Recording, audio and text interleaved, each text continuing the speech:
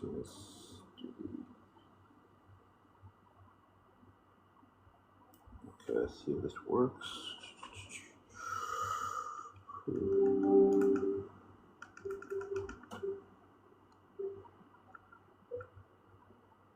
this thing on Bluetooth.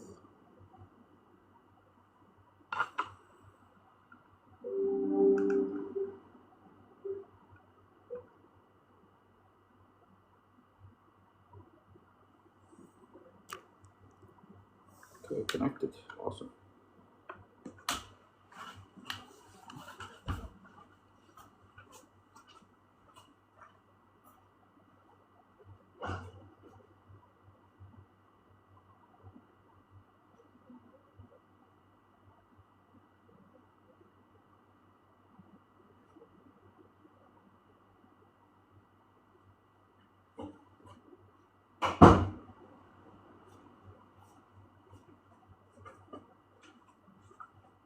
So now, turn off these lights.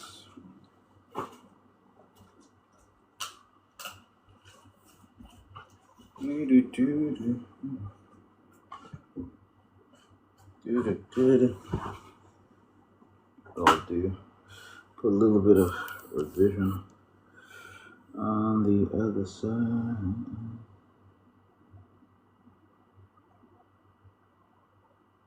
Okay.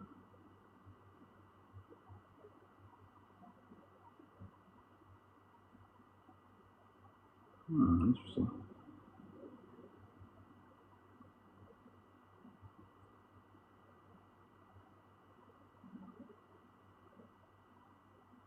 Maybe 2 hours.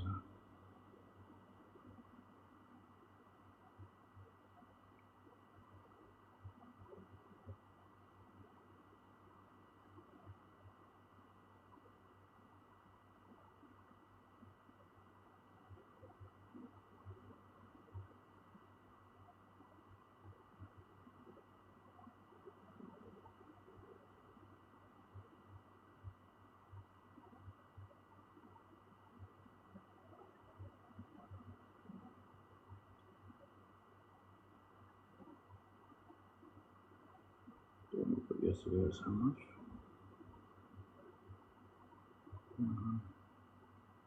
So it was how many hours?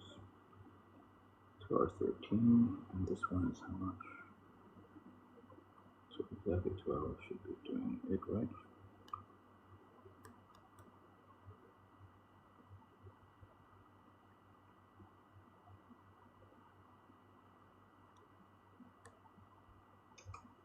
Because it was what happened, not really.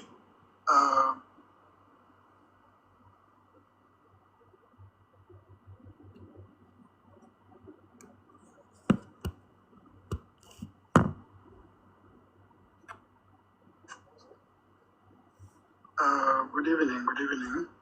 How are you all doing? And sorry, we came into the space very late. I think late, not very late, but I guess we shall have a little bit of discussion and see, also get to know a few things from the results of what happened in Fangak. That's Jungle State. And as we are all still waiting for a statement from, of course, the SPDF that, of course, they have said they will, of course, give the comment or the statement once it is authorized. The big question now remains if, because it was yesterday the 2nd, when the spokesperson of SSPDF confirmed that, of course, the targets were going to be Lor and part of Fangak. Of course, you've heard of the issues involving some of the people, some of the armed forces or the armed youth, plus the white army that are holding some shipment for the UN and for some business person in Sudan through that Nile. So if the target was really a thing that was communicated, that's the first thing.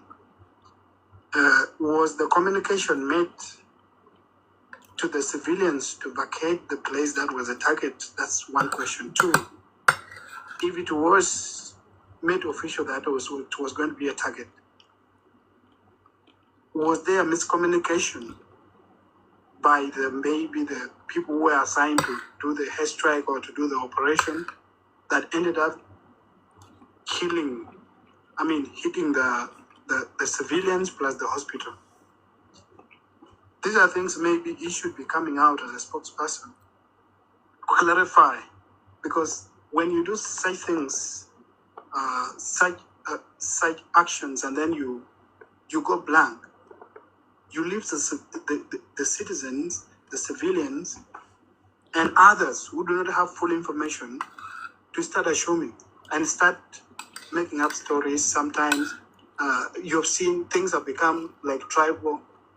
The tribal government is killing the Nuer, and this is the whole song. From the beginning of this issue, it was something that would have been handled by the government itself, by the people of Upper Nile, and part of cause of Unity State, Jongole State, of coming down, ask the elders to come together and say, you know what, this and this has happened. How do we go forward with this? Not going in with guns. Now, it has gone to the situation that we cannot handle it through dialogue. To me, this is what I'm seeing right now. There are members who will say, okay, we can go for the dialogue, but how many can come out in Juba right now and they say, like, we saw it a few days ago when the Minister of of Cabinet Affairs came out to profile some of the counties. The day later, people, the leaders, who they called the Nuer elders, came out in Juba and they said, this should be done and this should be done. My big question was, let's put Riyadh aside, let's put Kir aside for now. Why were people very silent when all this were happening? And then it has come to the issue of now, someone you can maybe climb up to, you now talk. Why would you fear to talk when Kir is doing things? Why would you fear to talk when Riyadh is doing things? Anyway, that is not for tonight. The issue for tonight is how all this incident really unfolded. Innocent people dying. Look at the kid that died, 9 months. So it is better for SSPDF spokesperson and the government itself spokesperson. I don't know why they are quiet, yet this is their job. That's what they're supposed to do. Because you do things and you go quiet, of course, answers begin to surface by saying, of course, the government has done it and this is it. So it's just a discussion that we all should brainstorm, see where things have gone wrong, and maybe listen to people, maybe people who are in, of course, there are brothers who are in Jongole State or close to the area, or they are within even Fangak itself. They would as well give us their thoughts. But yeah, my still concern is how the warning was given 24 or less than 24 hours later, the place was hit. Was the warning given that you should vacate the area? Was the warning given that you should, this is going to happen, and maybe they left, people didn't respond to that. And then in the morning at 4 a.m. people are still sleeping, kids are sleeping, you hit the town. And because that's what the commissioner said, that it was attacked directly to the heart of the town. So it's a hurtful thing. It's something that we should all condemn. It's not personally, as I said before, things to do with tribal, I will pull myself out. But this is not something we should all sleep in and then we look at it like nothing has really happened. It's a calling. It's just a calling. Let's not tribals make everything tribal. Let's call the government out as one voice. We need the answers for what has happened. the citizens deserve to know, how did this operation go wrong? Yes, it is a military operation, but the people you are killing are not soldiers. These are civilians. They are not rebels. These are civilians. If they were maybe the White Army or the IO, you would have maybe you would have some justification, but apparently you don't have anything to tell us. So, we hope to hear from them soon. We hope to hear from the statement, as they promised that it would. If given permission, it will of course make a statement. But yeah, for now, let's see. Here's my brother. Good evening. Is it the Jen Senior? Yeah, hello, engineer. Good evening. Good evening. How are you? I'm okay. How are you? Good. What is your thoughts on this? In your first thinking, do you feel this was miscalculated strike, or it was just directly something that was intended to happen? Actually, within your question, there are 2 points. Yeah, one is it might be miscalculated. On the other side, it is so unfortunate because if the sporadic this kind of a situation can be able to happen, whereby these are civilians, this is a mission hospital, and we know that MSF has been around, and it's not only in Fangat, but all over. But if the government or if SSPDF is keeping quiet or not giving a statement, then it means that there are 2 things. Either it was deliberate or it was a mistake on their side or a miscalculation. But at the end of it all, we can be able to say that when you are targeting, or when you are, if there are hostilities in an area, there are some spots whereby you cannot be able to, you can be able to map them out, whereby you can be able to say that these are spots that you cannot be able to target because these are civilian, and furthermore, this is a hospital, this is a health facility, whereby there could be no hostilities that are there or anything like that. So it's on the right mind, whereby if the government thinks that, or if the SSPDF think that it was a mistake on their side, then they should come out and say it was a mistake on our side. But keeping quiet doesn't mean, it will also mean something else, because at the end of it all, people are going to speculate, because it will be like a blanket kind of bombing on any other side. And at the end of it all, they cannot be justified. And no one on the ground will be able to say, because at the end of the day, SSPDF is not about, it is not an entity that is like an humanitarian. It is a country-wide thing. These are protection unit. You see?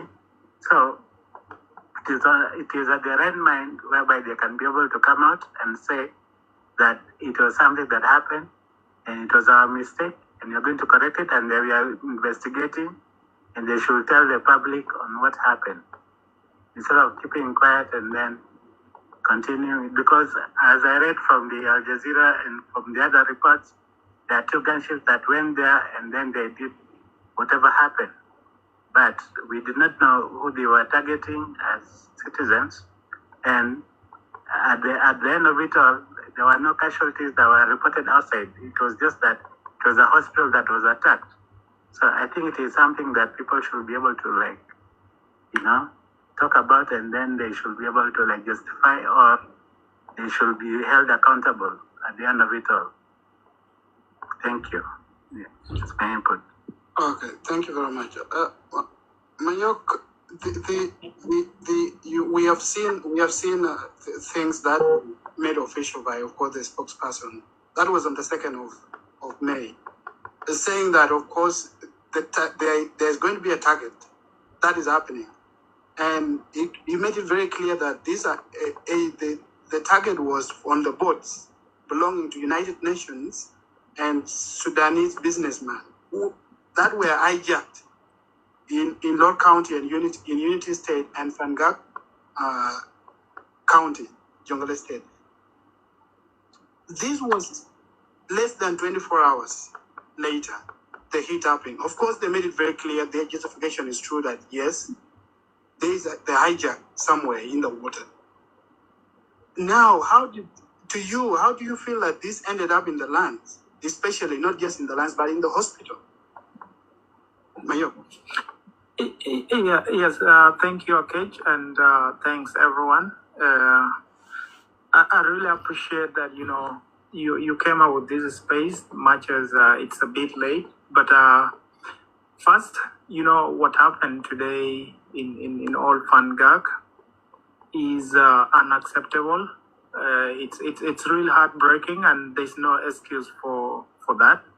I believe since the onset of the current conflict in March, there's a pattern.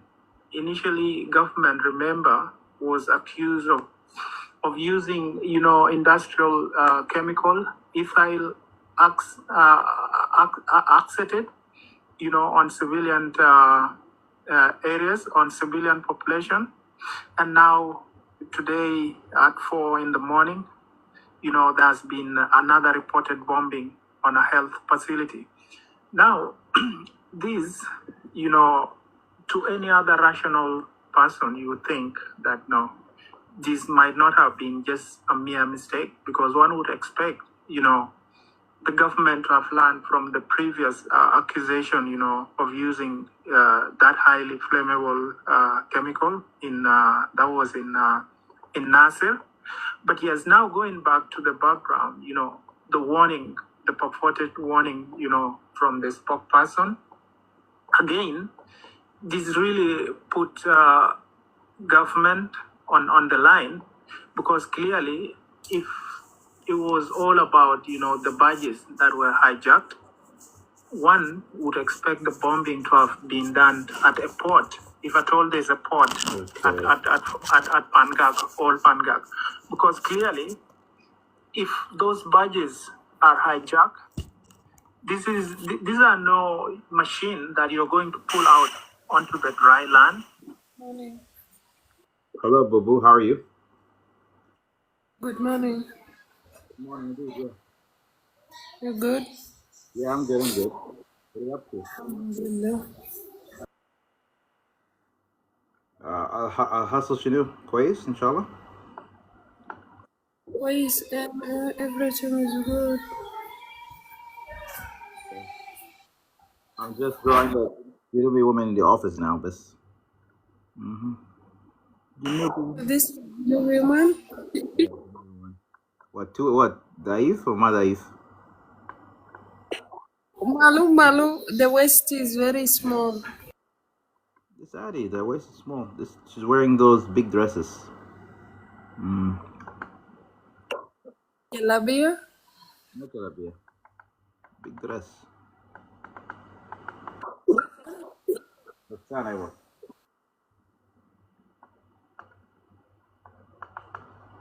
Still though, the waist is too tiny.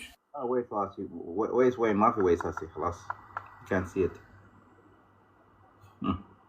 Waist. ما بيشوفوا أحسن كده.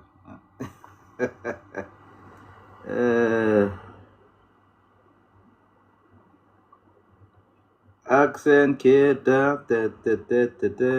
Okay. Here we go. Next, I want to do something else.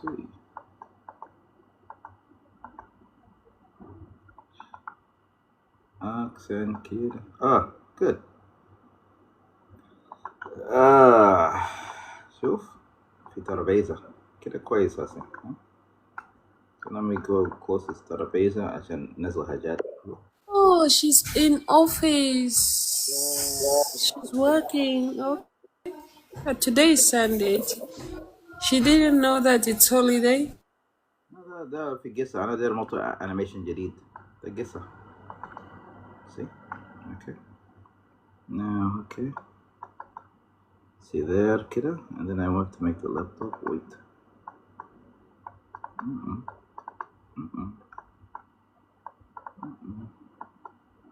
هسي شكل اللابتوب هسي اللابتوب هسي تاني بجاي هنا ده كوباية ده كتاب نزل الزوم اوكي اوكي مية هو ده اوفيس عديل هسي واتها كده ولا ما واتها كده واتها صح واتها واتها أيوة. alright good now to do لازم في اوفيس جنوبي لازم في حاجات زي دي بس كده مية بس ممكن نحط قدام شوية يا كده كويس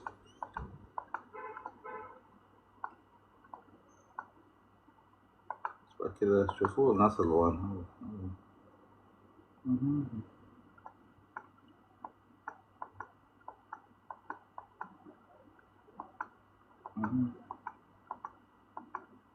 alright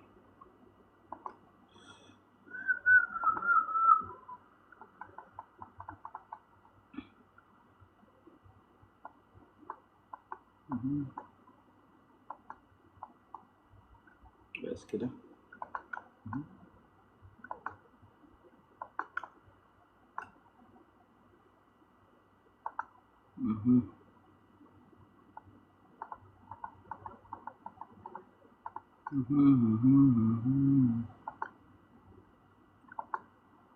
نزل كده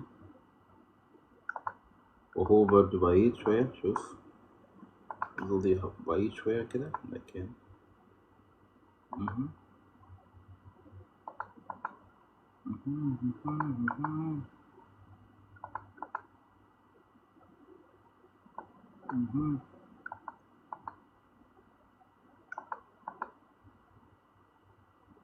زودي بعيد كده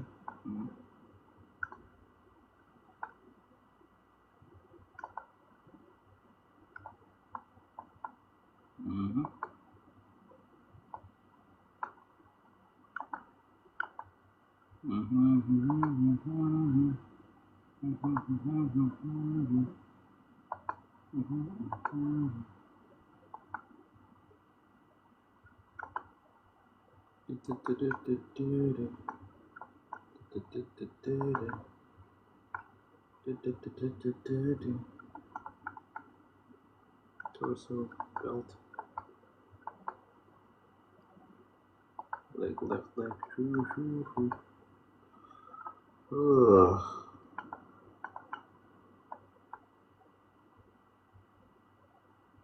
and okay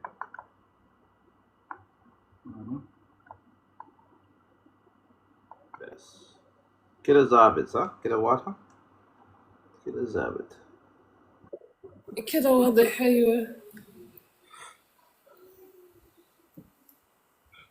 Office حقه is complete. Anything is there in that office. Oh,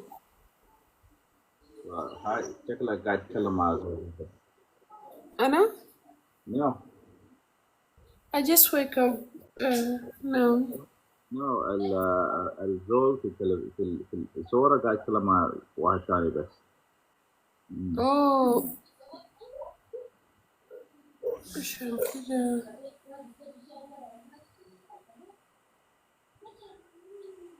That guy visited her in her office. That's nice. now I want to do next part let's do لازم view ثاني لازم also جديد or view ثاني just I want to see okay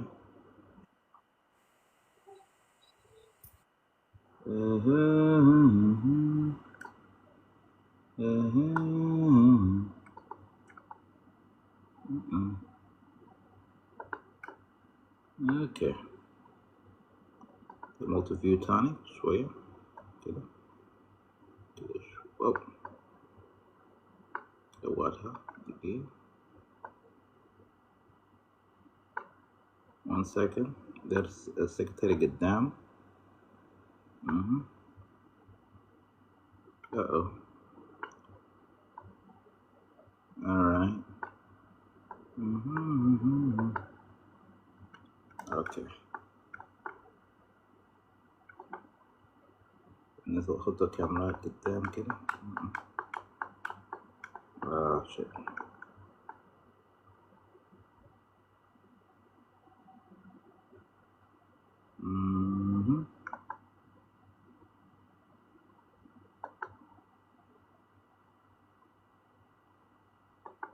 Okay.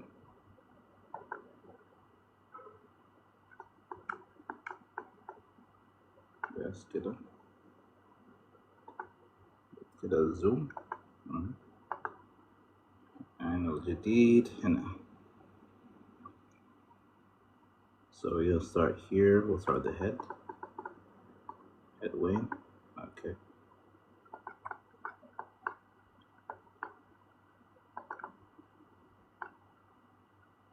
Eyebrows. The head. Hair. شكل جنوبي هاسي صح؟ كده شكل جنوبي. الجنوبي كمان أسود شديد. لازم. They Museveni said that is dark blue. Girl, Junubin is not even black. They're dark blue. يا بدا حقار خلاص. Oh, even عنده رج في خشمه. لازم. The upper one, just put the little one. ده هاسي نصل البيت لكن ده قدام. I like the color of the shirt. لبني. انت عملت تاني؟ Yeah, لازم. You're now doing another one. Yeah, لازم. ده ورا ده هاسي لازم قدام.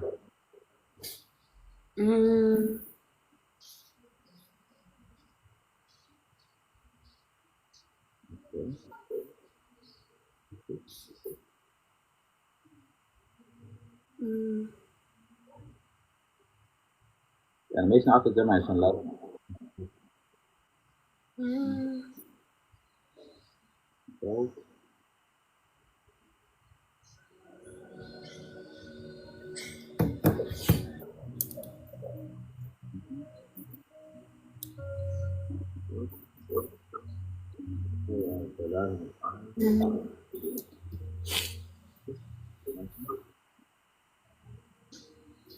آخر شوية لونه فتح.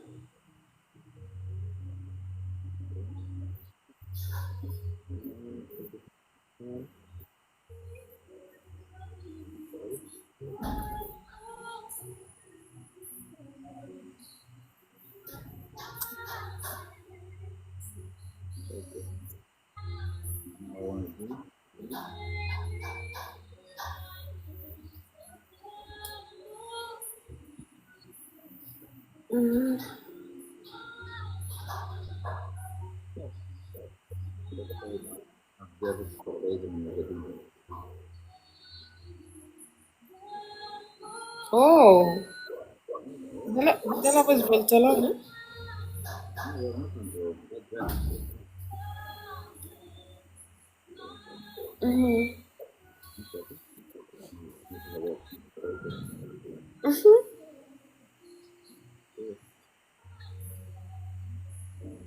Do you want it?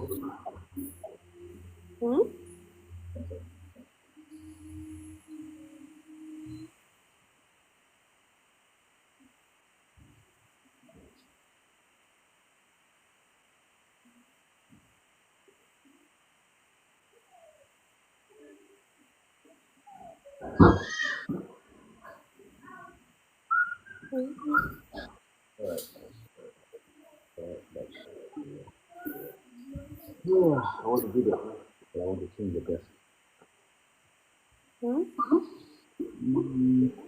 You know, أنا ما كنت desk كبيرة.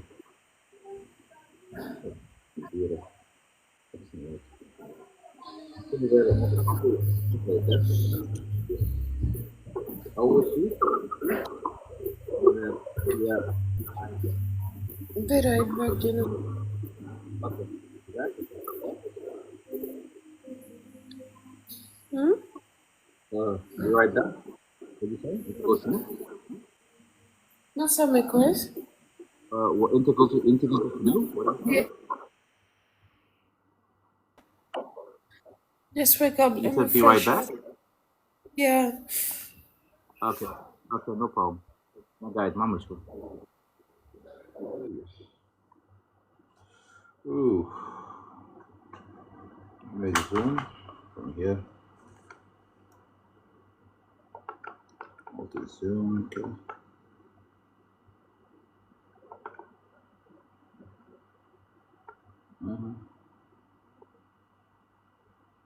This one's zoom. Increase this. Largely from Akobo area. They were disarmed. Most of them were disarmed. Their arms were removed. And then there was an attack that happened, in Akobo in 2012, where over 100 people were killed in Akobo. And I remember they had mobilized a lot of young people. They wanted to raid because it was alleged that the people who carried out the attack were from Bibor, the Murle.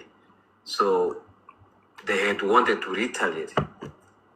And in all the speeches that happened, from the elders to the women leaders to youth leaders, is that they blame the government, that the government disarmed them, whereas the government didn't disarm these other communities. They came and attacked them and killed their people. They are killed like chicken, and they could not be able to defend themselves because government had promised to defend them. I remember Dr. Riek had to leave Juba to ball with the former governor, Kol Manyang Juk, and went up to Akobo.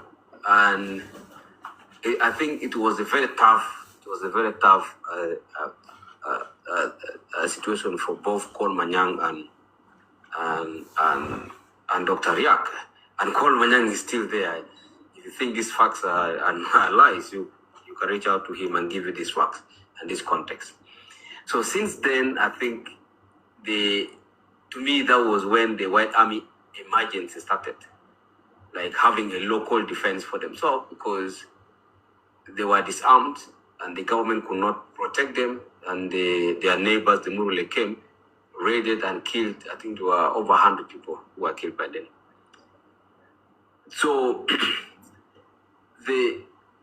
again, also, another context for me is that, remember there was a disarmament in Greater Warrap State, Tonj, Twitch, and all this, led by mostly national security officers, and even the current governor of Lake State was one of the commanders that were spearheading the disarmament program in Warrap State.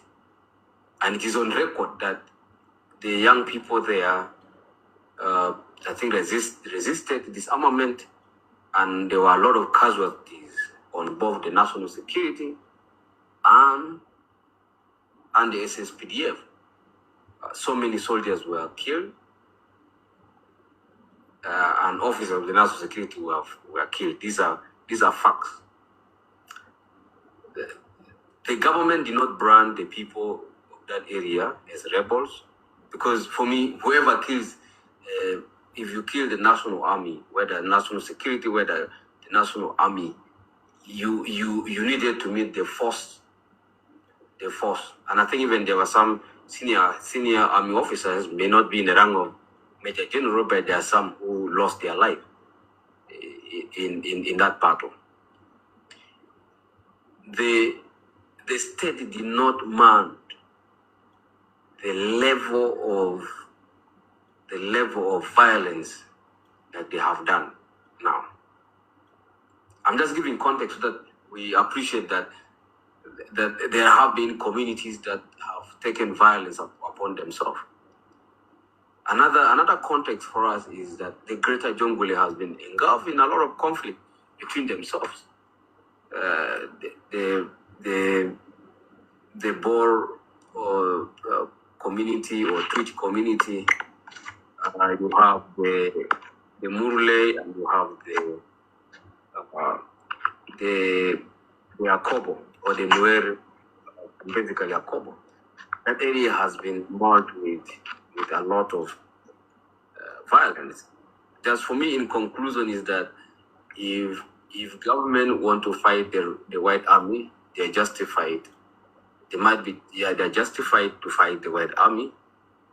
But why you bomb residential areas? Because you claim to be, these are your people. So if you want to protect them, you should protect them against the White Army. And just to conclude, for me is, and this is the bitter truth for me, I don't want to sugarcoat things, is that unfortunately in South Sudan, conflict has been tribalized. Like, I can tell you for free that in 2013, when the conflict happened, Nuer were targeted in Juba. So many of them were killed in Juba. When the conflict happened, there were so many Dinkas that were being targeted in Bor, for example. When they laid, Peter Gadet was the commander there, and I think so many people, so many Dinkas lost their lives. And in fact, it has become a conflict where a Dinka cannot stay in a Nuer land, or a Nuer land, for example, could fear to stay in an area where it's predominantly a Dinka area. For us, for example, in the Equatoria, in the 2016 conflict, when Thomas Cirillo rebelled, all of us, even me myself, I have been questioned by national security many times that I am a nationalist. I know I belong to NAS. When I have never in my whole life, I even don't know how Thomas Cirillo looked like. So I think the state has survived for all these years, that if there is any conflict, and the leader, for example, comes from, for example, you have Thomas Cirillo comes from the Bari, so anybody who have a descending voice from Bari or from Equatoria, you are already a NAS.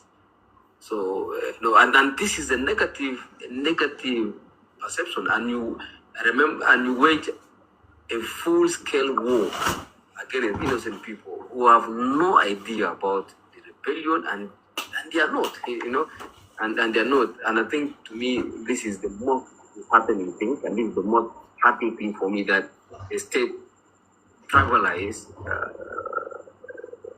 conflict. And just to say that the state needs to stop the madness in the greater Nuer land.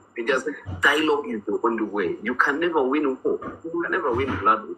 One, we have seen all these songs, the government, Nuer land, all these songs, it's all every day.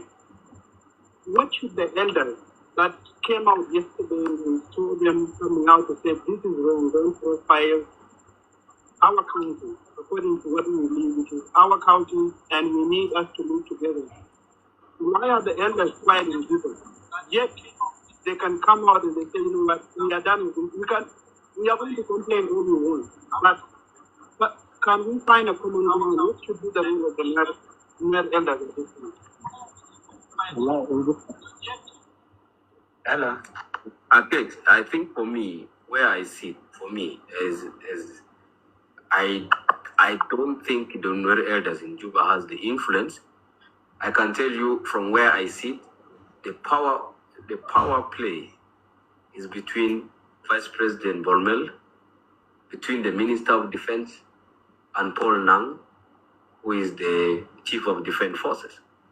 Where I sit, I think the three are the key decision makers, apart from the president.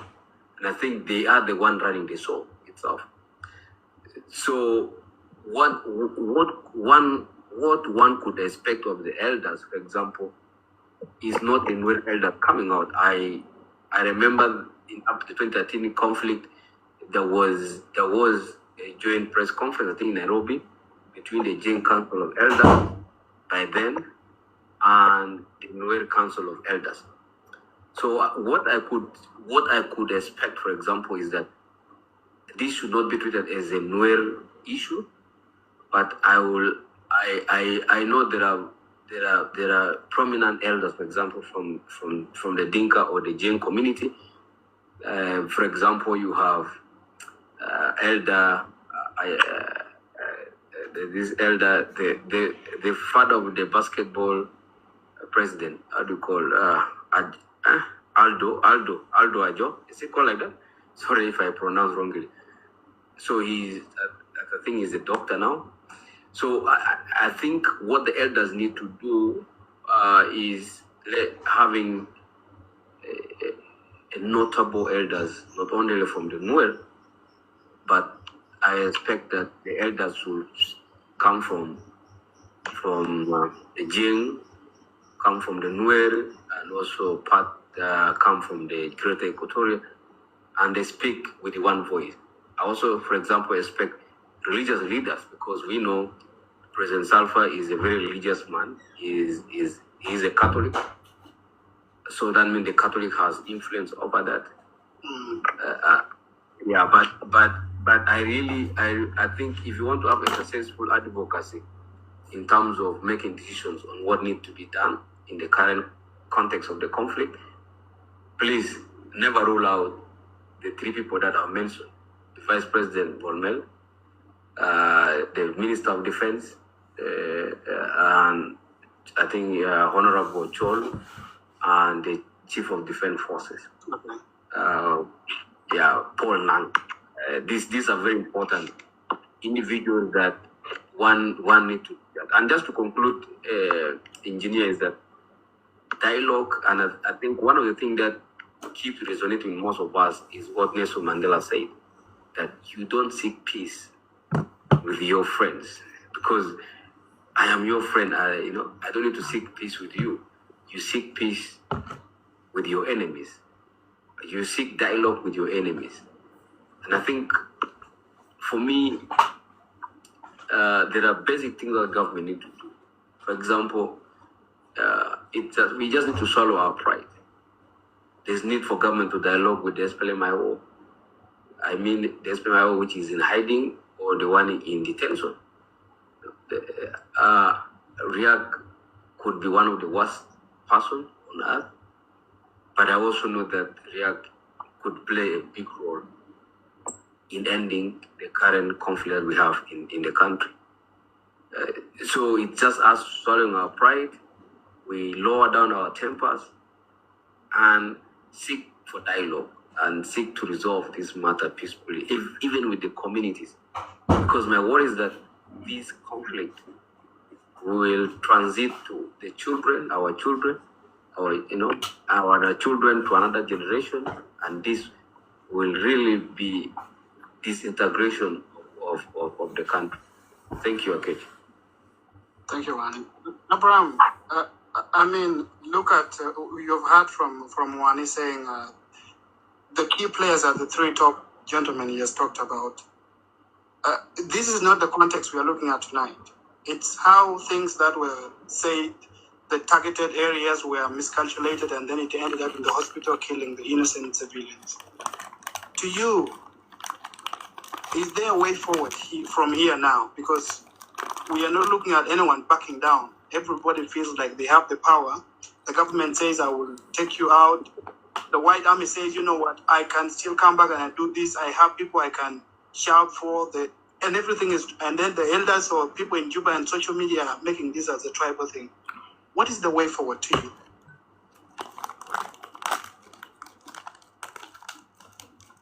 Abraham? This is Bejan, yeah? Pardon? This was going to Abraham, please. I'll come to you. Okay. Okay, it seems Abraham is not around. It's okay. Then go ahead. I'm here. Okay. All right. Yeah, please go ahead. Yes, thank you very much, engineer. I've been following from the start of the discussion which you've opened. to me, I will go with this. You see, the whole incident and the whole escalation here is happening just because of our leaders not taking it up to taking responsibility of saying this is what is happening and pulling on the props of whatever thing is happening. You see, in doing investigation from the very first time and communicating promptly keeps even the civilians from this thought of saying perhaps this thing is happening because of ABCD. The biggest population in Juba and within or even outside the country are talking about a tribal government and all these things because our government or our leaders are not coming openly to speak to the people. They only come to say ABCD when they are touched so much. Yes, the death of General was the most painful thing that hit each and every South Sudanese, the Equatorians, even Nueris, including Dinkas and all other tribes you can mention. Whoever has heart for humanity definitely feels the pain that time. But that was the only time the government came up openly after the incident happening. It took only a few hours, they came and spoke out.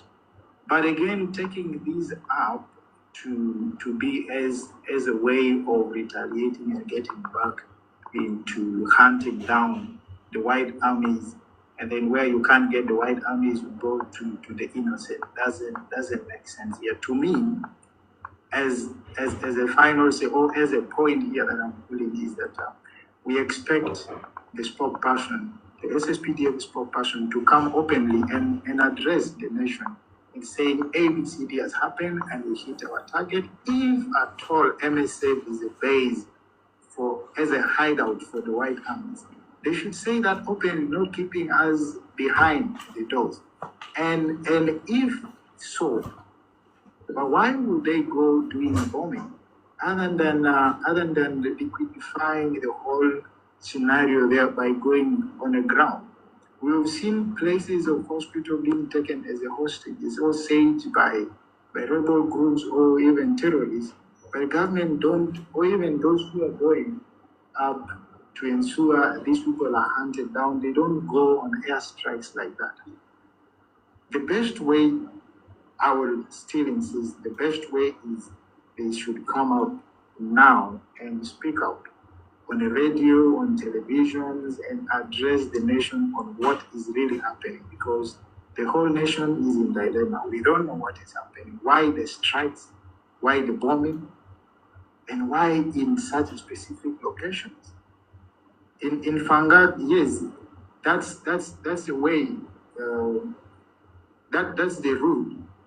The boats we're using and the rest, if at all, even the attack on the ship or the boats, rather, which were carrying things and consignment there, but at the shipment or did the intel report the hospitals? If there was no intel or there was no report of that kind, why hit that? And if at all again the bombing was a miscalculation, that should be communicated so that we know, yeah, this was something to do with miscalculation. Because now they cry, and then where this whole issue of saying Dinka tribe, and for me, I still don't go with that. we don't want to talk about such thing with Dinka tribe or wearing genocides and the rest. Yes, if there's something to do with the genocidal attempt and the rest, we condemn that. But again, tagging a government to tribal, it doesn't make sense. Yes, there must be something to do with the illegitimacy in the system. That is exactly what we need to address, according to me. I beg to stop here. Maybe I will come next time. Thank you very much. Thank you, Abraham. Thank you. Lowell, the general, I've seen you. I'm going to let you answer, but let me first go to Lowell. Lowell, I don't know if, of course, Muozi, we know how he throws words, and you have seen the tweet that he has made at around 5 p.m. before he brought it down. What do you expect the SSPDF now to come out to say? Because people have the screenshots already. All right, thank you, brother Engineer Akech, for putting up this space. And also I appreciate all the speakers that have spoken before me. Well, first of all, I've not seen that tweet that you're talking about. So I don't think it's there. Maybe if it's there, then you can share it later on. But anyways, going back to the what we are talking about. So it's what happened at the hospital in Fangak, I think so. I don't think the government intended to do that. It's something that happened as a collateral. As we all know, things happen when there's a conflict. So saying that government intentionally targeted civilian people or even the hospital, I think that's a big stretch. I don't think our government can go that low and target its own people. Another point that was raised is about the community not coming to condemn. Let's first leave those who raised their points. I need you from your context. You say, of course, the government cannot target its own people. What is your own personal input? What you think of? Of course, we are not saying what you are saying is right or is wrong, but the quote you're putting is sugarcoating the real issue. We have seen people dying, right? Am I the only person who saw the child and the woman? Yes, thank you for that follow-up question. Yeah. So, my personal opinion regarding what happened is this recent attacks on government badges or other things that have happened that we are not aware of should have stopped, right? These are things that we should have avoided. So now, if the government retaliates, there's obviously going to be a collateral damage. So what happened is a collateral. And I'm going to reiterate my statement. The government never woke up or even signed a document that ordered anybody to go and bomb civilians. You cannot find that thing. It's not there. So the thing is, it's what people do that will lead to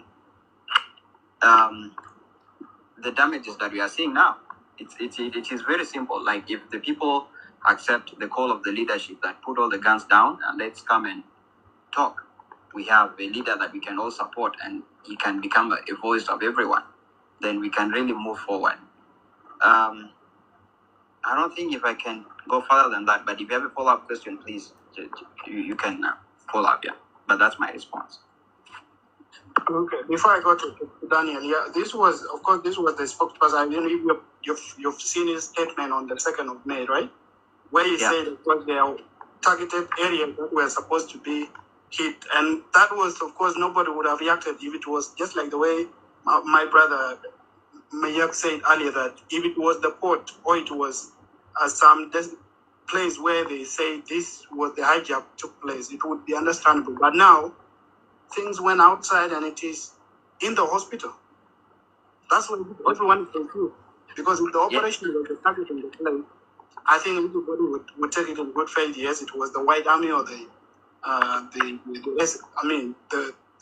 IO forces. Yeah, as we're all aware, the government has really a very strong intelligence network. So if they lose something, let's say they have someone who has been kidnapped or they have equipment that has been stolen, they know how to track it. And so wherever you're going to put it, the government will know where it is. So it is common knowledge. If the government has monopoly of violence, so if you go against the government, then it can do worse. But let me just say, probably that incident happened. Remember, they said, well, if you are part of the team that took the things from the badge, then you're supposed to surrender them back to the government, right? They send out a warning. So the next thing is the government acting. So that is government now. That is how it does its own things. So if a damage happens later on, it was never unintended. it was never intended by the government. It is not the intention of the government. And I can assure everybody, the government loves all its citizens, whether they are from Shuluk, whether they are from Anuak, whether they are from Bari, Nuer, or even Dinka. The government equally supports its citizens, regardless of their tribe. So it's not a notion that it's fighting a certain tribe. No, that's not what the government is doing. The government is fighting a rebel faction, right? And this rebel faction, they can wage different kinds of war or conflict. They can actually go and do guerrilla, for example, like what is happening. And they go and hide among civilians. They can take things and put them in a very unsuspecting place. Might even put them in a hospital or wherever, right? So it's the work of the government to make sure that it calms the situation by subduing anybody that does that. So I'm just going to assure everybody, if you follow the rule of law, if you follow what the government requires of every citizen, then there's nothing as this that we can witness or will witness in the coming days. Okay. All right. Maybe I will hopefully come back to you. Daniel, thank you for being patient. Do you have the same context as Lual, or would you like to disagree with him? Thank you, Engineer. I think I'll disagree with Lual. I'll disagree with Lual in a very tough voice. My brother Lual, I don't want to speak for government as we all of us gathered here. We don't speak for the government of South Sudan. Also, as being part of the government, also none of us can pinpoint if whatever had happened there was instigated or not. So it's so unfortunate because whatever happened there, let's be very honest and let's call a spade a spade. That is a war crime. It's uncalled for. It's not anywhere. We shouldn't be witnessing this thing in South Sudan as a country, because we can fight rebellion, we can do anything that we want, but bombing civilians and bombing medical facilities that belongs to humanitarian organization is a crime, a war crime, and a crime that is against all conventions that have ever been committed in this world. I start to speak, Engineer, on my personal perspective, that this was uncalled for. The term collateral damage, to speak and also to correct my brother, collateral damage was coined by the Americans, and the Americans used it in a military context, whereby whatever that has been caught up in a real military target is called a collateral damage. So if, for instance, you are targeting a military facility, and in the military facility, you ended up killing 2 civilians, and then you will describe that as a collateral damage. But bombing a civilian facility or bombing a hospital for that matter, and you won't call the collateral damage, that's not the way. That's not how that term is used. And I'll school you for that in this moment. So let's not sugarcoat these things. The acts that were committed and the bombing that was done is an absolute crime that we hope also the international community is looking is seeing, because at the end of the day, people have to be held accountable. I'm not the army and whoever commanded and whoever that ordered for that mission to be executed. You remember very well Alena Yen saying he's a very respected general in the army, and he says that everyone, even including the commanders, can be held accountable for bad command. If you give a command that ends up, killing civilians and committing massacres, then you can be held accountable for that. And remember, history doesn't forget. You can be on a side of the government today, or on the other side, but whoever that has committed this kind of crimes from both sides of the divide will, at the end of the day, be held accountable to, come and account for whatever action that they've taken. So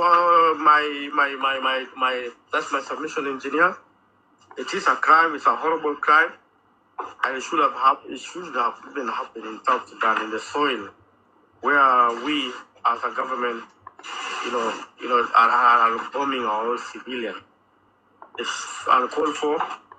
If you want to look for rebels or whatever that you're looking for, there's a way you can do that, but not bombing a civilian facility and a health facility. It is wrong in all angles, against all conventions, it is a crime and it stands to be called that. Thank you. Thank you, Daniel. I'm going to go to Ustaz, and then I'll come back to you. And I've seen your hand up. I'm going to come to you. I think I'm going to take it in the order we requested first. Yes, Ustaz. Good evening. Good evening, engineer. Please, your verdict on this issue, because now we are seeing people trying to say this is an issue of intelligence. Of course, personally, I believe the intelligence is according to what is expected. As long as you can bomb the hospital, that is not an intelligence to me. Unless it may be other places we have seen, maybe in Gaza, where the Israel were targeting hospitals because maybe their Hamas were hiding inside. But is this the same case in South Sudan? Thank you, engineer. I wanted to be a listener earlier, but I came to reply to one of the speakers who spoke earlier. Let us be honest. What is happening today, or what has happened today in Pangak and happened a few days ago in some other countries, has nothing to do, or is nothing close to what is happening in Gaza. The government is doing it intentionally. Because of the several reasons. Now, we know there's no one fighting government like the other rebels, we all know. A few weeks ago, we all know that there are places that have been left as terrorists.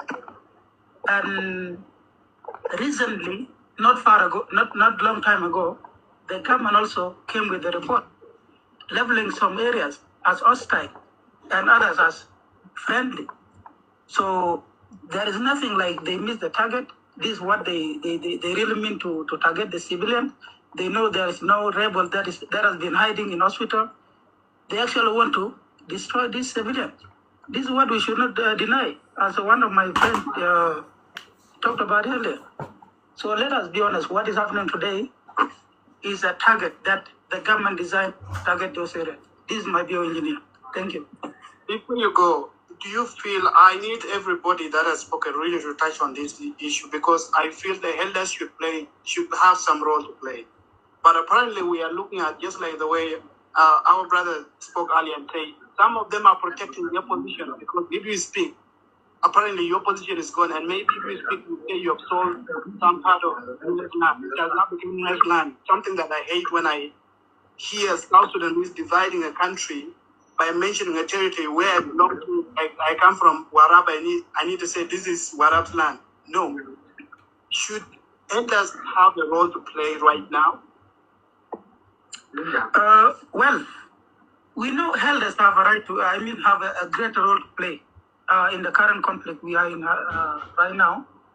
But the current system, the government we are in, is not allowing people to talk.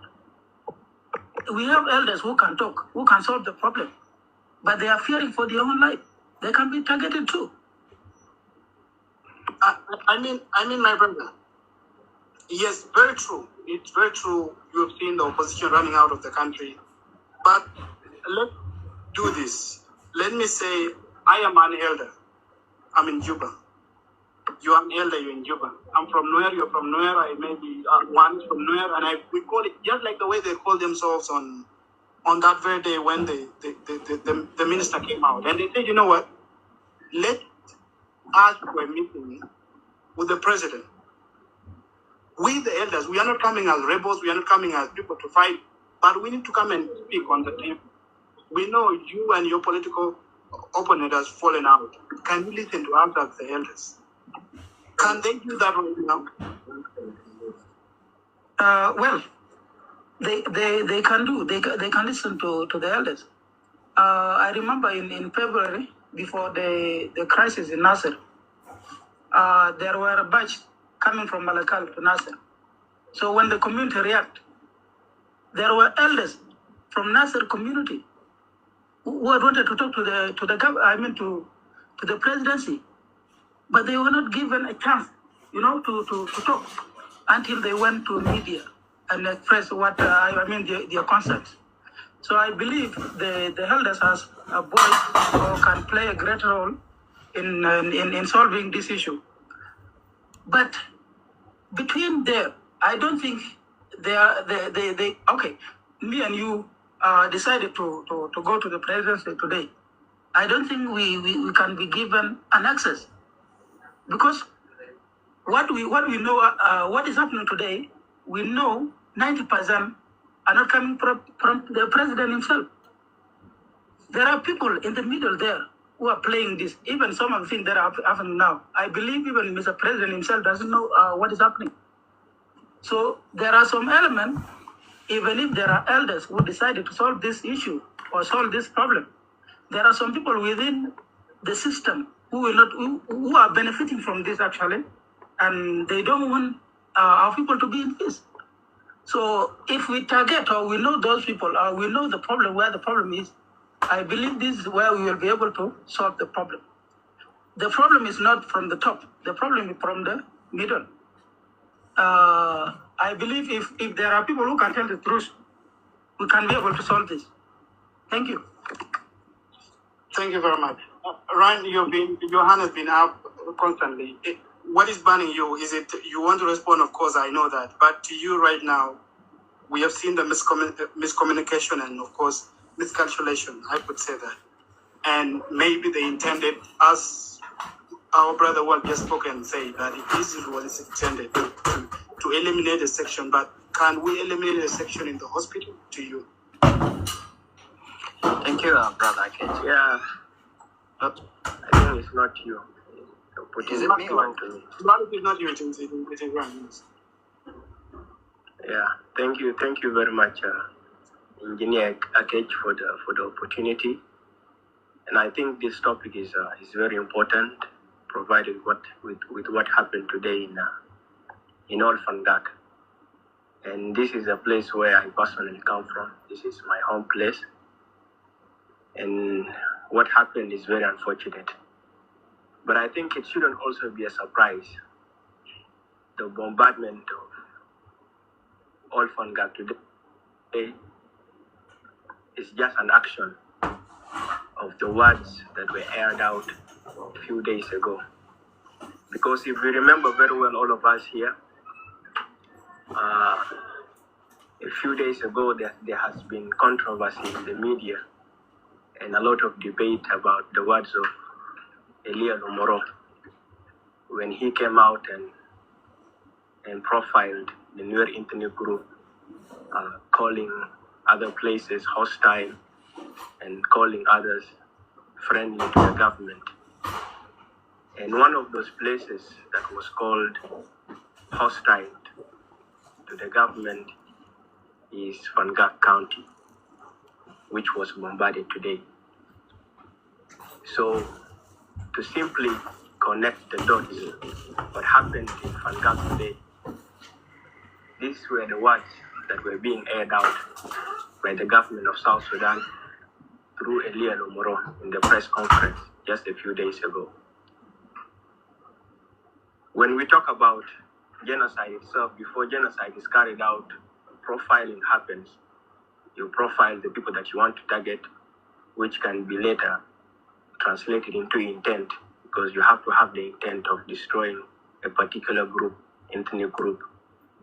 So the profiling of the Nuer community itself, it was a clear intent by the government of South Sudan on what actions they are going to take. And now the excuses that are being given, saying that that the reason why Olfangak was targeted was because some barges were confiscated, which is not true. Why shouldn't we just, because before the press conference of Lurai talking about barges, we already have what was clearly said by Elia Lomoro himself, profiling the Nuer communities, the Nuer counties themselves. And one of the places that was bombed today, it was profiled under those communities that were called hostile. So the bombardment of this place is simply a hostile place being bombarded by the government because they consider it hostile. Why do I say this? One of the places that was bombarded today, which is MSF, a hospital place for the people of Fangak that provides assistance and medical help to more than 100,000 people in this place. They provided their coordinates. You can go to their official page on X. You will find out the press release. They say that they provided their coordinates to all the warring parties, meaning the SSPDF itself, the IO itself. What does that mean? It means that if they have given you their coordinates, you know it very well. This is a civilian facility, which is a hospital providing assistance to civilians and etc. So it shouldn't be a target to you. If you're talking about barges being confiscated, which is false, by the way, there are no barges that were confiscated. Where are the barges? Where should the barges be stationed? They should be stationed along the ports, because you cannot carry the barges and take them to the land. You go and bomb the ports along the river lights. That's where you should go and bomb. But you leave it, you go to the MSF hospital. And if some of you have really watched the videos where the gunships were bombing, the gunships were at a very close range. They were nearly flying at a very close range. And if many of you knows how MSF functions is that they always have plans. So if a gunship is flying at a close range, they can clearly see the place that this place here is not our target. This is a hospital. So, but they still targeted it. And the other places that we're targeted, we have a Luak, which is a church, and some other civilian facilities, homes, and etc. And the victims are civilians, and some casualties from also the people that are working in the hospital. So these are the victims of the places, not the IO that they are looking for, and not the White Army. And also another thing to clarify, the IO that the SSPDF came out and blamed for the confiscation of their barges, the IO doesn't have any presence in Old Fangak. The IO is particularly in a place called New Fangak, which is Diel Fom, and in Tunja. So that should also make you ask yourself other questions. Why would you leave the places where IO is stationed in Tunja and in New Fangak, in Diel, then you come all the way to Old Fangak and bomb it? What message does it send to you? You yourself, who is trying to defend these actions of the government by saying that the government is bombing these places because they're harboring White Army, they're harboring IO. So in the process, the people who are affected are collateral damage. It doesn't make any sense. A war crime shouldn't be sugarcoated as a collateral damage. It is a clear war crime. We know how MSF operates in the whole world, in most places to do with conflict. They have never been involved in controversies whereby they are being called people who are harboring or sheltering warring parties. No, they don't do that. The MSF doesn't do that. The MSF should rather be appreciated for taking up the role of the government of South Sudan in providing health facilities to the people of Fangak, in which it was the government itself that was supposed to be providing these health facilities. But for the last 30 years, it has been the MSF that has been providing very, very important health facilities to the people of Fangak. And we have a very famous doctor. She's a woman. She's called Dr. Gil. Dr. Gil has been in Fangak for more than 30 years, more than three decades. She has been providing these health facilities. She has been treating patients with and etc. So this is what they have been doing. So when you come out here trying to defend the government, you should at least be objective in your text. You shouldn't be trying to sugarcoat things, say that it was collateral damage. It wasn't collateral damage. This was intentional. These were the ethnic profiling actions that are now being carried out. So thank you. Maybe before you go and I go to Cholo, as I said earlier, that I need to supply this question to everybody that speaks. I feel this war has been left to the youth to spearhead it, and we are not heading anywhere. The youth are the one running it, of course. I need to speak. I always speak without maybe fearing you or whatever. We have seen some of the tweets here, including you, talking that this the government is Dinka government, which is okay. What should the elders take up from now? Because we saw the reaction a few days ago when the profiling came out and they all came out and they took their money in a good way. Should the elders intervene at this time? Why is it too late? Thank you for the question. I think about the elders themselves, we should be honest. Most of you should know the elders who came out in Juba a few days ago to come out and condemn the words of Elia Lomoro. When those elders came out to condemn what Elia Lomoro said, they didn't just come out because they were concerned about what was happening to the Nuer or to the remarks of Elia Lomoro. They rather saw Elia Lomoro as someone that they could come out and say whatever they wanted to say without any consequences. Why do I say this? Before Elia Lomoro came out, there have been actions. There have been bombardments in different areas of Nuer, like Nasser, Ulang, and etc. But have you ever seen the Nuer elders that came out to condemn Elia Lomoro ever coming out in Juba to condemn that the bombardments that were being carried out in those places? No, they have never done that. And also, we have also Michael Mokwelwe himself. Before even that press conference, Michael Mokwelwe, he had been making it clear in different press conferences, saying that civilians in places of combat are legitimate targets. Did they ever come out to condemn the words of Michael Mokwelwe himself? No, they never came out to do such. And why do I say this? It's because it is clear most of the elders that came out, these are people who are in the government, are occupying lucrative positions as ministers. For example, the chairman of the Nuer community himself in Juba, which is a hot mine, is a minister in the government. We have other people who are MPs within the SPLM itself. So basically, there's someone who said something very important. I think it was Manyok. So they are weighing this possibility of seeing their position being threatened, and also trying to talk about the suffering of their people. So basically, their positions will take precedence over that. So thank you. Thank you very much. Cholo, you've been here. I'm seeing your hand. Actually, I'm taking order by a request. Who came first? First come, first serve. So I'm not forgetting that. Cholo, to you, do you agree with the rest of the members that have spoken, especially given that some are saying that this was an incident that, it happened because something is within the hospital, and which I personally disagree with. But of course, I cannot say others are wrong. It is their own personal opinion. And others are saying, this is not it. This is wrong, which is, of course, to me, it's true, it is wrong. It doesn't matter what you did, it was miscalculated or what, but you've committed a crime.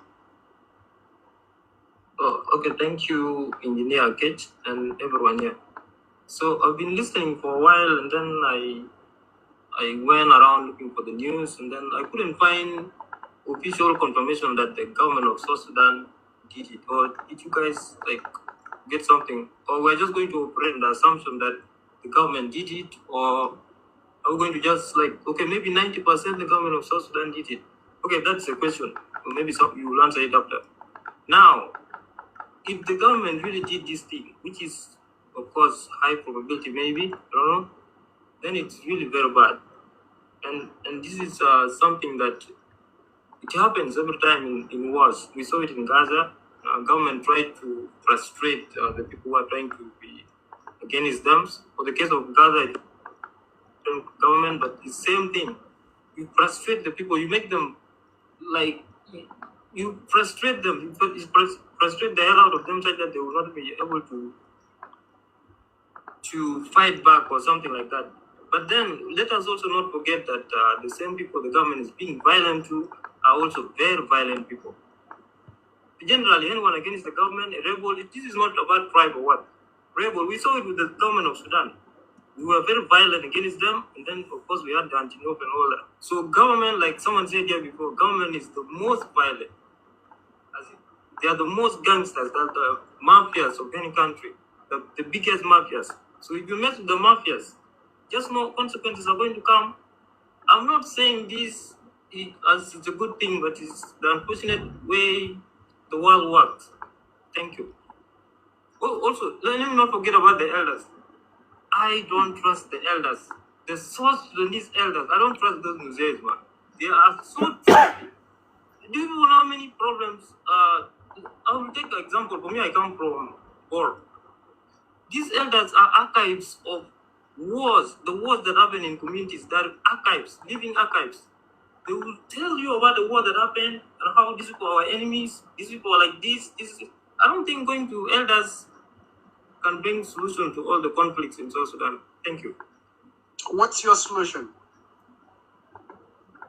Solution right now is it's a long-term one. Which is? I think people need to be something to do with education. Okay. Because now, I'm telling you now, Yeah. most of us here on the platform here, no one will ever take advantage of us. I'm taking a situation of the White Army and then the government. If I'm a civilian, let's say I am from Punjab or something, and then some leader became ambitious, and then he tried to spread all the propagandas and all that, to fight that war. So I think in the long run, education and then people getting exposed to living with different societies is really very important. But right now, it's just going to be violent. I'm sorry, but that's how it's going to be. I don't support it, but in the reality of the world, we are going to be experiencing violence for a very long time. Okay. Thank you. Yes, I'm going to go to Court Con. Court, yes. Good evening. Good evening. Yes, good evening to you, Engineer. Are you able to align what your Lord just said? Yeah, I can say thank you for hosting this conversation. Yes, yes, actually, on what you have said, it is very clear, and this one is one that we can practice and we can get united in our countries. Yes, then we go to what has happened in Punjab.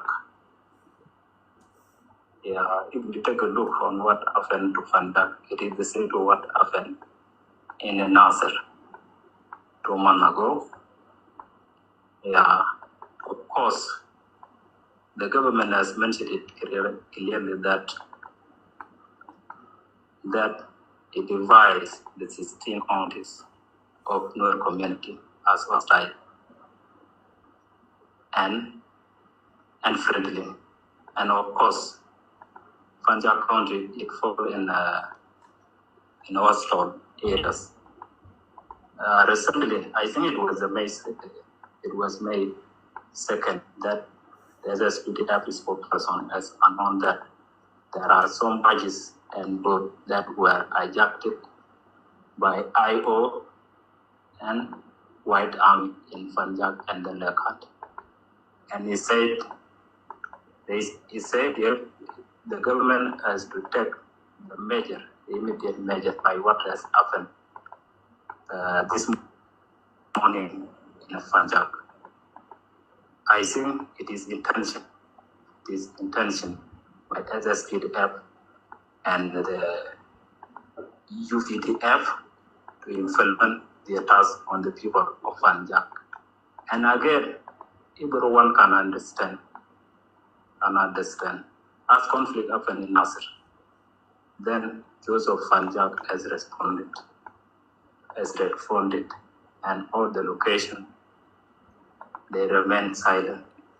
Those of Punjab, they respond to what had happened in Nasser. This one, it is the only one that led Punjab community to be subjected to this. If we go to a case of bombing of civilian and MSF or hospital, yes, it is not that the gun, it cannot know who to harm. And actually, the government is the one who can identify the areas where the forces are, despite to bomb anywhere. At this, I have understood that it is the target to harm the community in that ways, like having no social services to access, like hospital, education, and the others. We, the South Sudanese, we are feel divided. We are feel divided on media, in any action. We are feel divided, and this one, it will not take us long. Some they may understand the rebel are the one with no objective. If we go to our story, we get our independence recently in the 2011. It means that we struggle a lot, and we are struggling for our right. So we need to we have to go forward, not to encourage the division. Not to encourage the division. Okay. The citizens are the people of South Sudanese. If we say the civilian, let's say Nasser, Ayot, that side of Baybora administrative area, if the area in South Sudan, it is part of South Sudanese government. And if it happens that there is any misunderstanding between the parties or between the people of South Sudan, this one, it can be addressed peacefully without any going for a gun. Okay. What happened in Nasser and Punjab, exactly it is under international law. And South Sudan cannot use its power against its own. Yeah, because South Sudan People Defense Force can defend the territory of South Sudan as well as the people of South Sudan. Let us put the gun on. Let us go for the table, and also stop the hate speech that are always raised on the media.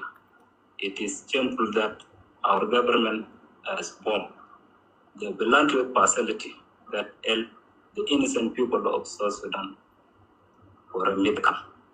Yeah, that is what I can add. All right. Thank you. Thank you very much. Before I go to Nor, I need to go back to the Jiang. So maybe he wants to add a comment, then maybe I come to Nor. While I've seen your hand, I'm coming back to you. Yes. Dajin, are you there? Or Dajin?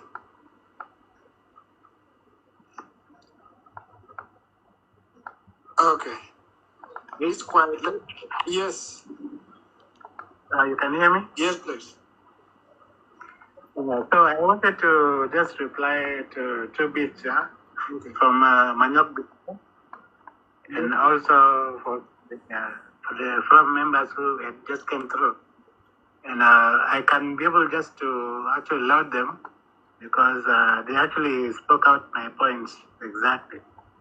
Because at the end of it all, there was at some point we were like diverting out from the topic agenda on why the hospital was bombarded, and it is an international entity that has to be protected by international law at some point. But then no one is speaking out on the violations and everything else.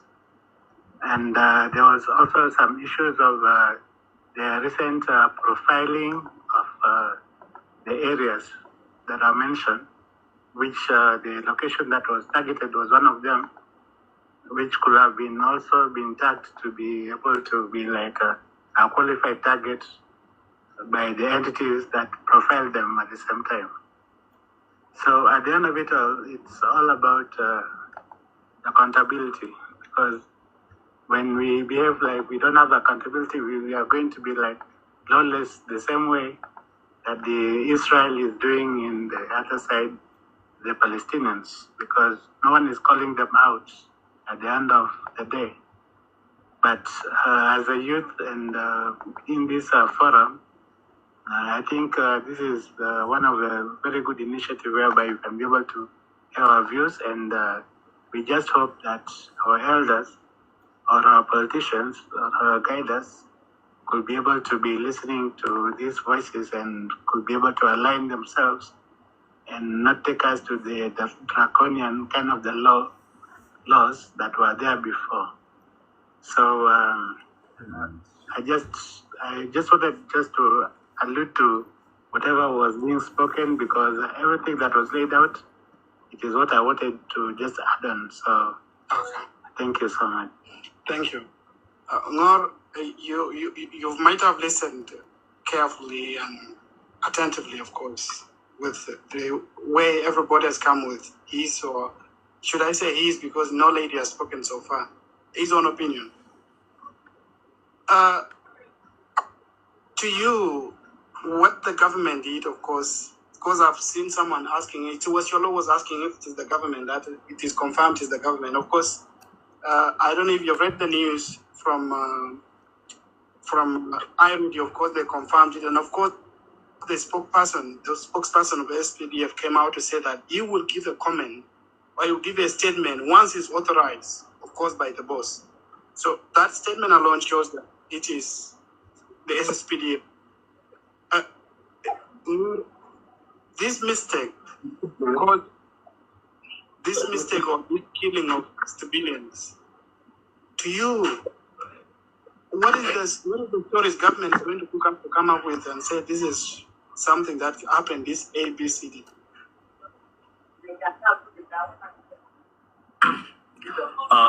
Good evening. Someone seemed to be talking. I don't know who is that. Adrian, please mute your mic. Let me mute. Yes. Go ahead. Good evening, everyone. First of all, I would like to appreciate Akej for the space. And it's always good to talk.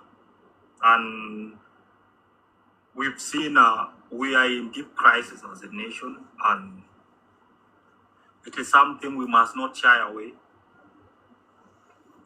Whatever that is happening right now is visible enough to be seen by someone who does not even understand the systemic problem we have in this country. The hospital run by the MSFs has been bombed. And whatsoever the case, there is no justification for such act. I do not understand the reason.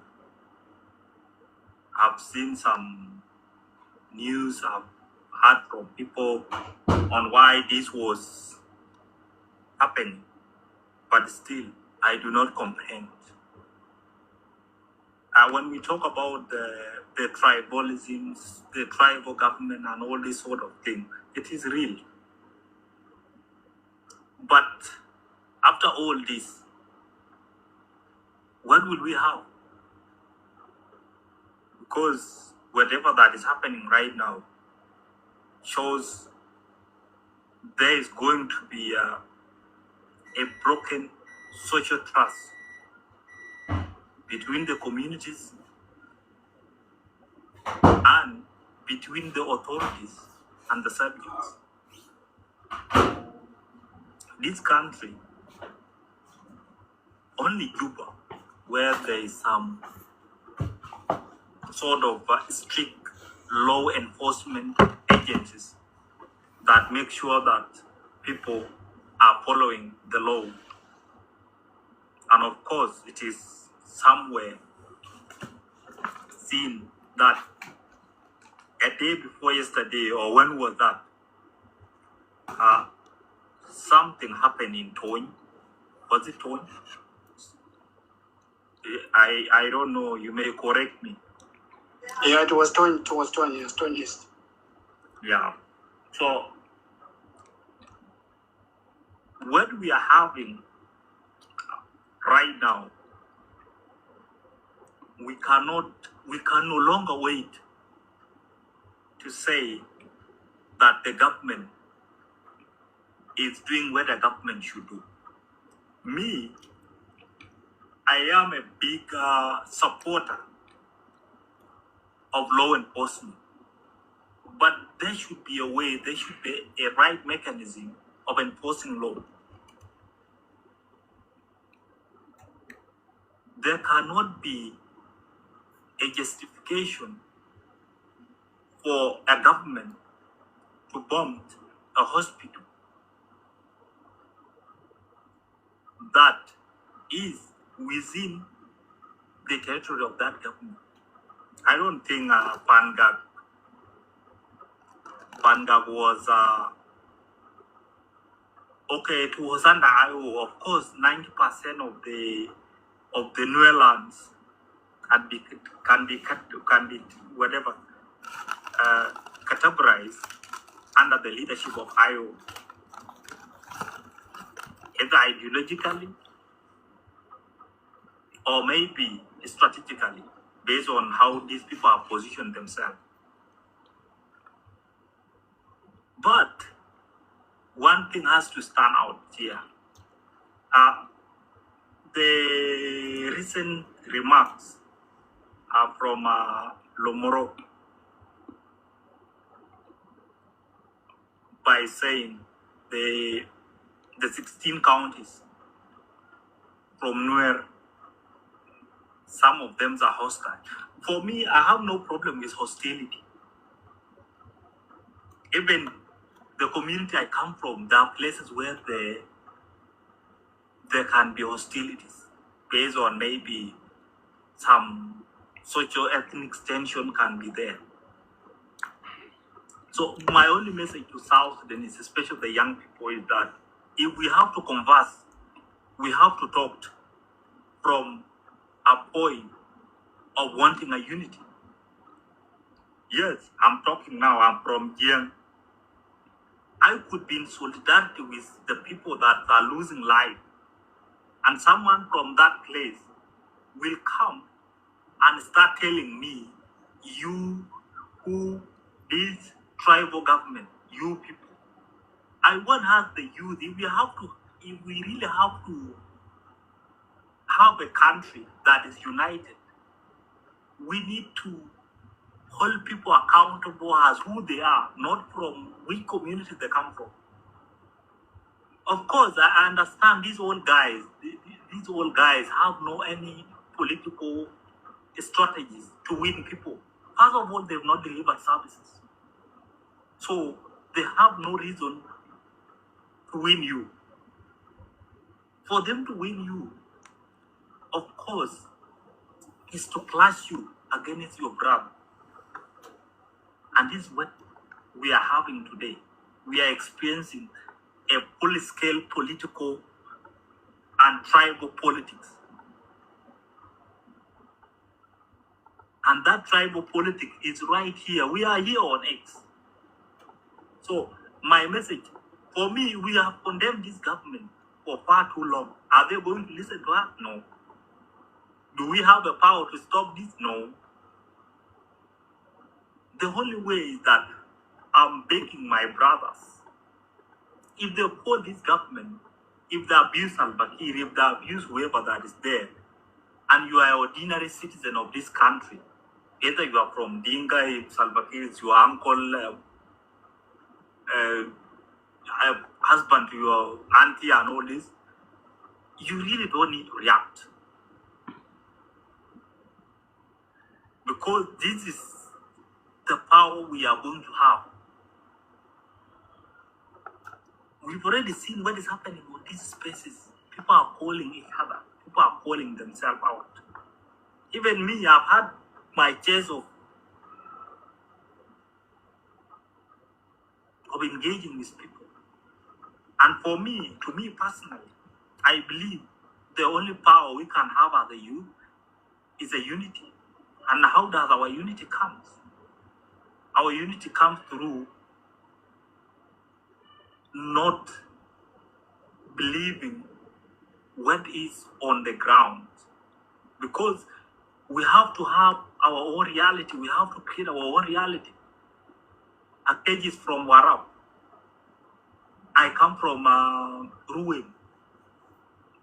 If somebody from Warab has done something to somebody from Ruwing, well, I have no problem with Akech. Because the person who did that from Warab is not Akech. I know that person's name. That's how we should hold people accountable. I've already seen whatever that is happening on the space, like on the streets of X. Okay. You know, let me just 2 seconds. It is going to be hard for me to stand in solidarity with you as a kid, and you are turning to drag me into that situation. Of course, I'm a human being. I'm going to have emotion. I'm going to be maybe sad or happy or in any way, because emotion is emotion. And if that trigger me, this is the reason why we have all this. So, I don't know. These talks are going to take us nowhere if we do not try to tell our hearts and our mind that we have one nation, we have to coexist. One guy's problem is not a generalization of everybody. Like, you can't generalize people because of one person. Okay. So, Thank you very much. Thank you, Lord. Actually, the part of being called Jiang government and Dinga government, it has reached to the point. Personally, the reason I paid for the blue check was to have my DM protected. But yesterday, someone on the second, someone sent me a message that as your allowances for being, was it the message? Let me read it. As your allowances for being from Warab arrived, maybe we should share it. Since I will leave it there. Let's, before I do that, I need to request that, I don't know if I can get someone as a co-host. The requests are so many, and I cannot approve at this point. The people in this PK space are more than 10. So I have to, maybe, Loal, you are going to help me, because I don't have Nosa tonight in here to be a co-host. Then I think I was supposed to go to, was it Loal, you were responding to something before I go to the other thing? Yeah, I was supposed to respond, yeah, that's right. As you try to accept my invite for the co-host to create space for others, please make it brief. Okay. Before you do that, just for the record, the others who are down, Loal is just helping me as a co-host to create the space. So feel free to interact with him. Don't fear to fire him. Don't fear to disagree with him. It's how we do it in these spaces. Thank you. Go ahead. All right. Thank you, Brother Akech, and everyone else. So I wanted to respond to a few things. One of the speakers, I think he spoke and left, or maybe he's below, is called Daniel Ayuen. Yeah, Ayuen really asserted that this is a war crime, but then he did not state or explain how it was a war crime. Well, I've mentioned earlier on, I talked about collateral damage, right? Some people came and said, well, it's not collateral damage. But if you look at the cost of all this, if you followed news, and that is SSBC, a few days ago, a government badge or a badge belonging to SSPDF was hijacked. And everything that was in it was taken, and people were taken hostages. So what happened after that? They demanded some money. They wanted, I think, close to 50,000, is it per individual? If I'm not wrong, $50,000. So that is what happened before the current incident of the hospital being damaged. So that is the context. So if you look at it, it's the government that was provoked, right? And if you provoke a government, what do you expect? The government is supposed to have monopoly of violence. It's a reality. Even where I am, you cannot provoke a government. You cannot take up a gun and then start probably killing people. That is not allowed. The government will respond with maximum force. So that is what happens. So I'm not saying the government actually planned it and attacked Pangak without even having a pretext of the operation. It is in the news, and if you don't believe what I'm saying, go and check the SSBC news. It was there. Government badge was taken, people were kidnapped, and then they demanded ransom, $50,000 per person. So the government responded, and we know the government has so many capabilities: the intelligence and capabilities, surveillance. The government has it. I'm not going to say how exactly, but they do have it. They see everything. And so if you think you can do something and then go and hide somewhere, they will still see. So let us not promote this act of people fighting the government. And when the government responds, maximum force, then it becomes an issue. The question I'm putting is this. Of course, it is very true what you have said. And actually, the spokesperson of the SSPDF came out to say, you know what? There are targeted areas. You mentioned them, which is it low? Yeah, low. Let me see. Because the lower part of Pangak, where this hijack happened. The question now is, how did that end up in the hospital? Yeah, so as I've mentioned, the government has surveillance. I'm not supposed to be saying this, but that's a reality. They see everything. So whatever you do, just know the government is watching. That's what I'm saying. So they see everything, and it is beyond me. This is something that is a national security issue, and I think they can communicate and talk more about it. So I'll just leave it at that. Can I intervene? I'm going to cut you short because a lot of hands are up, and I think we should Engineer, Put there. Let me go to yes. Who is this? Just a small interjection. I think something should be made very clear here so that we don't dwell on this same question of collateral damage and everything. The MSF itself, and you, Engineer Akech, you should start by now. Go to the MSF page itself, MSF South Sudan. They made it very clear that they provided their coordinates to the warring parties in South Sudan. Not only their coordinates of all Fangad, but also their coordinates of all the places where they're stationed in South Sudan and where they're stationed in war places. So this thing that Lual is repeatedly saying doesn't make any sense and doesn't have any grounds. The MSF itself, it has provided its coordinates to the warring parties itself. So there's no any reason or whatsoever for the gunships of UPDF, which are hired by SSPDF, to come and bomb MSF, which is a civilian facility. So this is our line of reasoning, and that's why it constitutes a war crime. It is very clear. You have targeted a hospital, which is not a target, which is not a military target, a hospital that also contributed and cooperated with you by providing their coordinates. So why do you go forward to target it? It doesn't make any sense. So you shouldn't be repeating this. You see? Thank you. All right. Thank you for that. Let me go to Mium first, then I come to, I'm following the order, please. I will come to you. Yes, Mium. Yeah, thank you. Thank you very much, Akech, for giving me this opportunity. I also want to appreciate everyone who have made it to come and listen here, those who have spoken as well. I appreciate you all. First thing first, I stand in solidarity with my neighbors, people of all Fangak, the Fangak entirely in short.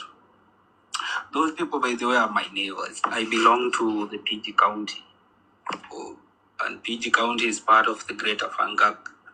The Greater Fangak is made up of 4 counties, PG, Fangak, Nirol, and Ayot counties. Regarding what have happened in Hall Fangak today in the morning, the information that I got, I do not think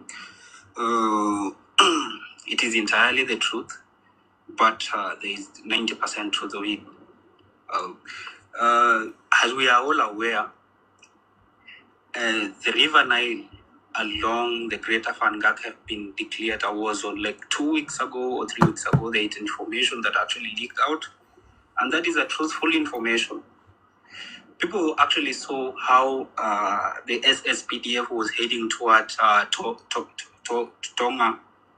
towards Tunja, along the Nile. and they actually dispersed the IO that was along the Nile. I think that before they came back, actually they came back, they didn't stay there for long. After that happened, after that incident, the people along the Nile, actually along the greater Pangak, the IO and the White Army, have converged again, and they are planning for a huge operation in that particular area. And the fact is, all those provocation, we might think that because the White Army, I got an information that the IO in the area have actually taken some of the ships and boats that belong to the business people within the area, and so they have made the River Nile actually impassable for people to pass, for goods to pass, which is true.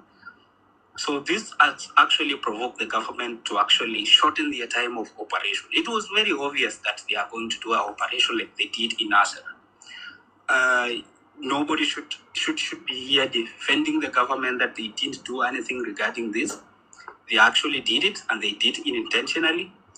They are doing it as I believe that they are implementing law and order, because the country should have to be under one command.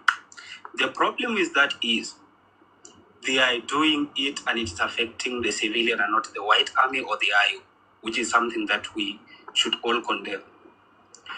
Another point I want to comment on is why the hospital was targeted. I do not believe hospital was targeted. It was not targeted. But when at night, you people should know that at night, the only areas that the people doing the surveillance can see is the areas that has light, right? So, and from the guess of things, even back in the days when Antonov used to bomb us, it would bomb an area that had fire. And that's why back in the days during the SPLA struggle, nobody would advise to cook beyond 6 p.m. You people actually knew the reason. Because at the end of the day, if the Antonov is going to fire or to bomb, it will definitely bomb the places that has that light, right? So that's what actually happened. Just from how it looks like. Yeah. So this is what happened. Yeah. Let me just read for you the statement. This is from, of course, the MSF South Sudan, which says this attack occurred despite MSF having shared the GPS coordinates of all our structures, including all Fangak Hospital, with all parties to the conflict. Okay, this is the second serious incident against NFF Hospital in less than a month. Clearly, these guys have given the coordinates, and of course, we are not operating in the unless you are telling me you are going the whole way, the old school way. But what we have right now, these are things that are coordinated here. Yeah, thank you for the clarification. I'm very much aware of that information, Akin. The thing is, we need to be very honest with what is happening. We cannot sugarcoat this. What is happening is a full-scale operation that the government is doing, right? And when they are doing this full-scale operation, it has to always land on civilian, of course. It has to land on civilian, which is something that we should not actually advocate for. It's not good at all. And we stand with solidarity with those who have lost their life or have lost their loved one. The thing is, in as much as, yes, we are going to defend this, even if you give the coordinates, do you think these people will actually go and just bomb anyhow? They will not bomb anyhow. They will bomb where they think people are. They will bomb where they think it is densely populated, so that the IO surrenders. It is obvious. That is just the logic behind it. There is no another explanation. So saying that MSF have actually shared their coordinates is true, but the government will never, for any kind of a reason, try to follow that orders. It's not possible. Because if they see this is where there is light, because obviously the hospital operates during the night, so it has the electricity, it has the light. They will just bomb that place. The honorable thing I can tell my people, especially from the people who would borders us, right now they are living in a place that Haran actually said they are in Alui. Alui is one of the headquarters of my Payam. My Payam is Alela, right? And Alela, it is ranging from what we call the Neo Fangak to Alui. This is where that Payam is particularly. I don't know if Ryan know about that history. Those guys are living there right now. They were dispersed years, some 2 weeks ago, when the ship was passing. Even the SPDF actually spent some like 5 hours in Alui. There were no IO there. A few of them, it's only a few of them. They are there. So if the government was actually maybe probably targeting that particular area, they could bomb it. But I don't think they have all the light and all of that. So they cannot bomb that place. Also, in the New Fangak, which is POM itself, it doesn't have a lot of people living there. Because all along the Nile, it's quite easy for the SSPDF to do some offensive attack there. So the IO lives like, I don't know how to put it, but they are not having permanent structures along the Nile. Whenever the government try to pass through the Nile with barges, they have to do some, they have to escape for a bit, and then later on, after they realize they are not there, they come back. And that's why they're making the area hostile. So the hostility